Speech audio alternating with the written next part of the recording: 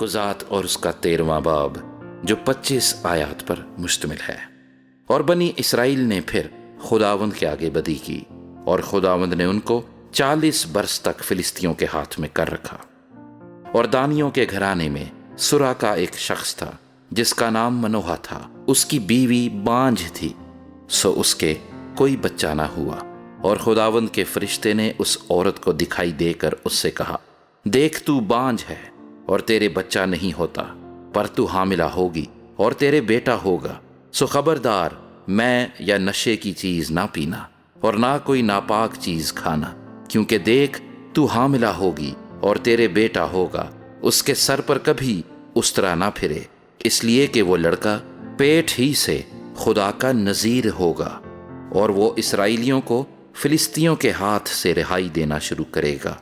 اس عورت نے جا کر اپنے شوہر سے کہا کہ ایک مرد خدا میرے پاس آیا، اس کی صورت خدا کے فرشتے کی صورت کی طرح نہایت محیب تھی، اور میں نے اس سے نہیں پوچھا کہ تو کہاں کا ہے، اور نہ اس نے مجھے اپنا نام بتایا، پر اس نے مجھ سے کہا، دیکھ تو حاملہ ہوگی اور تیرے بیٹا ہوگا، سو تو میں یا نشے کی چیز نہ پینا اور نہ کوئی ناپاک چیز کھانا، کیونکہ وہ لڑکا پیٹ ہی سے اپنے مرنے کے دن تک خدا کا نذیر رہے گا۔ تب منوہا نے خداوند سے درخواست کی اور کہا، اے میرے مالک، میں تیری منت کرتا ہوں کہ وہ مرد خدا جسے تو نے بھیجا تھا ہمارے پاس پھر آئے اور ہم کو سکھائے کہ ہم اس لڑکے سے جو پیدا ہونے کو ہے کیا کریں۔ اور خدا نے منوہا کی عرض سنی، اور خدا کا فرشتہ اس عورت کے پاس جب وہ کھیت میں بیٹھی تھی پھر آیا، پر اس کا شوہر منوہا اس کے ساتھ نہیں تھا۔ سو اس عورت نے جلدی کی اور دوڑ کر اپنے شوہر کو خبر دی، اور اس سے کہا کہ دیکھ وہی مرد جو اس دن میرے پاس آیا تھا اب پھر مجھے دکھائی دیا۔ تب منوہا اٹھ کر اپنی بیوی کے پیچھے پیچھے چلا، اور اس مرد کے پاس آ کر اس سے کہا، کیا تو وہی مرد ہے جس نے اس عورت سے باتیں کی تھیں؟ اس نے کہا، میں وہی ہوں۔ تب منوہا نے کہا، تیری باتیں پوری ہوں،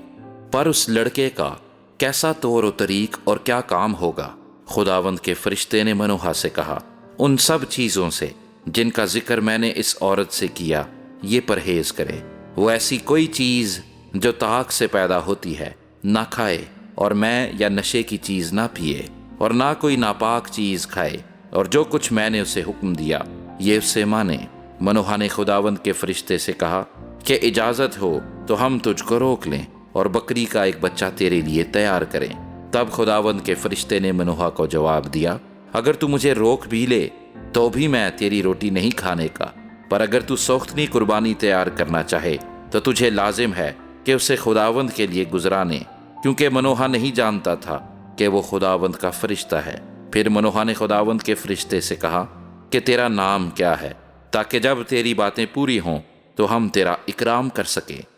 خداوند کے فرشتے نے اس سے کہا، تو کیوں میرا نام پوچھتا ہے، کیونکہ وہ تو عجیب ہے۔ تب منوہا نے بکری کا وہ بچہ ماں اس کی نظر کی قربانی کے لے کر ایک چٹان پر خداوند کے لیے ان کو گزرانا، اور فرشتے نے منوہا اور اس کی بیوی کے دیکھتے دیکھتے عجیب کام کیا،